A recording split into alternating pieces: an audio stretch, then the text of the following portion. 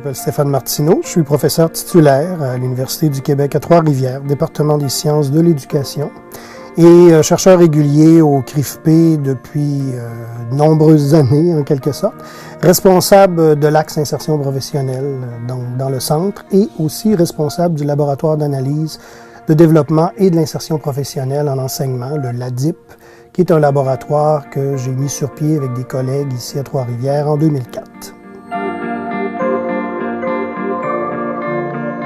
L'axe dont je suis responsable étant l'axe insertion.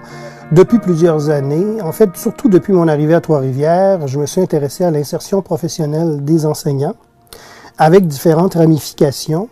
Donc, l'insertion professionnelle, c'est les débuts dans la carrière, pour l'essentiel à peu près les 5 premières années.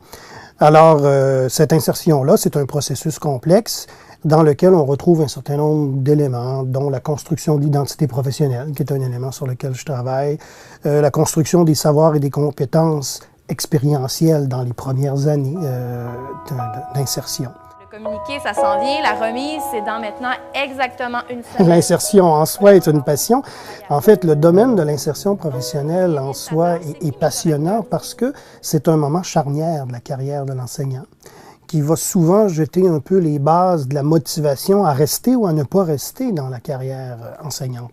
On l'a vu, ça a été suffisamment dit dans les médias ces dernières années. Il y a un taux de décrochage assez élevé des nouveaux enseignants dans la profession. Et donc, la réussite de l'insertion professionnelle, de ce parcours-là des premières années, est capitale. J'ai développé cette passion-là en arrivant à Trois-Rivières ici, parce qu'avant ça, mon doctorat n'avait pas porté sur l'insertion professionnelle en soi, mais plus sur la pédagogie, le savoir d'action pédagogique. Et c'est lors d'un colloque où j'avais eu une question sur le sentiment d'incompétence pédagogique des enseignants dans l'assistance. Quelqu'un m'avait posé une question là-dessus. Je travaillais avec Clermont-Gauthier sur l'incompétence pédagogique. Et quelqu'un m'a posé une question dans l'assistance. Oui, mais qu'en est-il du sentiment d'incompétence des enseignants? Ça m'avait amené à réfléchir sur cette question-là, à découvrir que souvent ce sentiment-là pouvait être présent dans les premières années, justement où on est dans le choc de la réalité, où on n'est pas nécessairement encore très expérimenté. Ça m'a mis sur la piste de demande de subvention sur l'insertion professionnelle. Et mes premières subventions ont porté là-dessus, à partir de 1999, quand je suis arrivé au 1er décembre 1998 à Trois-Rivières. Donc, ont porté sur la question de l'insertion professionnelle, et là, ça s'est enclenché. Donc là, ici, on te dit, qu'est-ce qu'on doit manger pour être en forme? Comment pouvons-nous aider, ou en tout cas penser des dispositifs de soutien pour les enseignants qui favoriseraient, en tout cas sans qu'on ait la pierre philosophale, là, favoriser un parcours d'insertion plus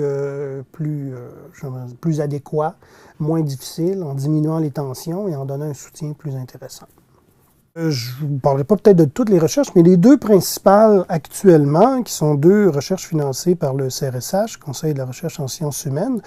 Donc, l'une avec Joséphine Moka-Moreira, également professeur au CRIFP, et professeur à Sherbrooke et membre du CRIFP.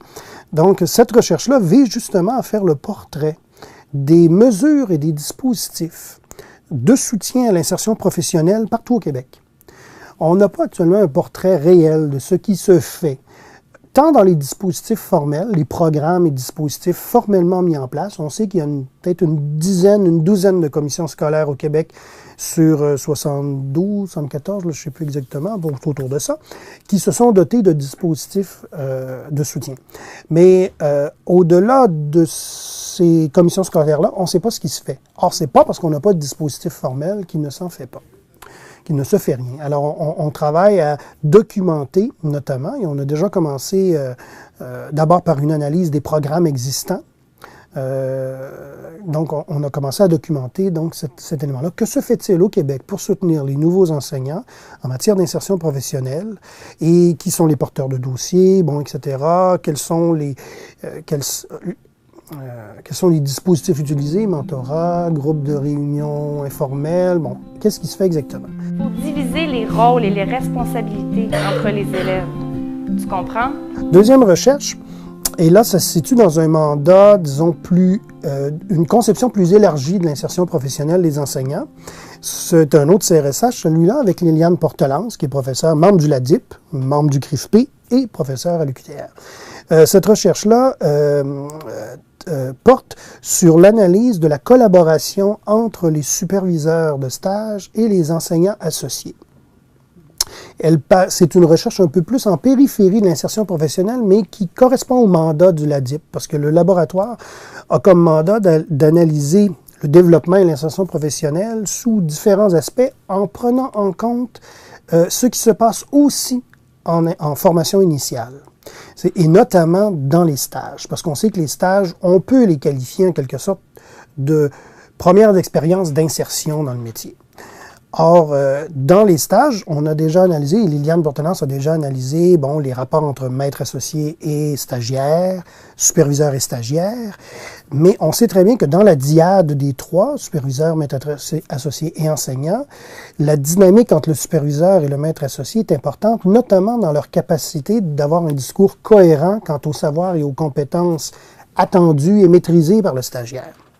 Un bon stage, un stage bien fait, c'est aussi, dans certains cas, garant de laisser un bon nom à la commission scolaire qui pourra éventuellement être un futur employeur. Hein? On sait très bien que ça fonctionne comme ça.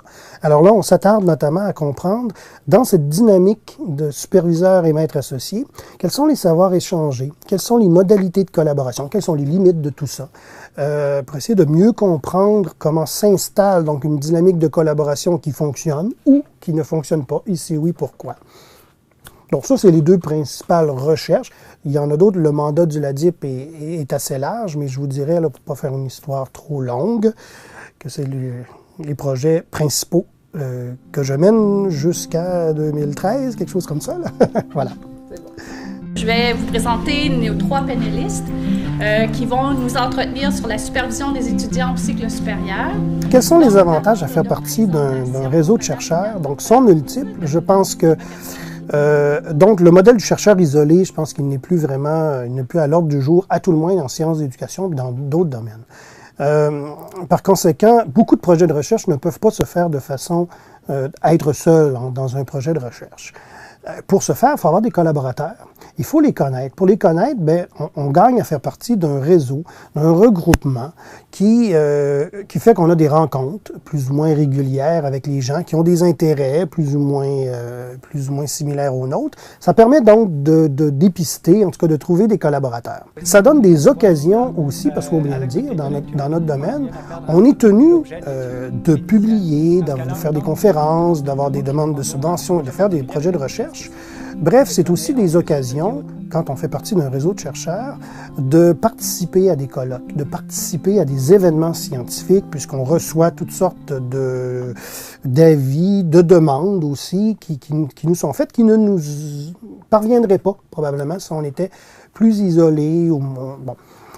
En outre, on bénéficie de l'expertise donc des collègues, je pense au séminaire du CRIFP, le séminaire de jouvence du CRIFP, qui sont des occasions de réflexion collective sur un ensemble de thématiques très vastes, mais qui nous amènent parfois sur des terrains qui ne sont pas les nôtres, des chemins de traverse, mais qui ne sont pas sans nous nourrir intellectuellement. L'étudiant qui est dirigé par un chercheur du CRIFP bénéficie lui aussi d'infrastructures, disons, peut-être moins à l'UQTR, puisqu'on est en dehors des grands pôles du CRIFP, mais à tout le moins d'occasions de formation. Des séminaires, pas seulement ça, un colloque, on pense au CAPREC qui a eu lieu à Laval l'été dernier, printemps passé. Donc, tout un ensemble d'événements auxquels l'étudiant n'aurait pas accès nécessairement. Donc ça, c'est un ensemble comment je dirais ça, de facilitateurs à la carrière. Et là, je dis bien, c'est au-delà du financement. Bien sûr, appartenir à un centre de recherche comme le CRIFP, c'est appartenir à une structure qui est financée par un organisme, le FQRSC, et c'est parce que ce financement-là que le CRIFP peut soutenir ses chercheurs dans les différentes activités. Bravo, on avance bien. Et on va arriver à le remettre à temps mercredi prochain, je pense, le communiqué. Continue de bien travailler comme ça.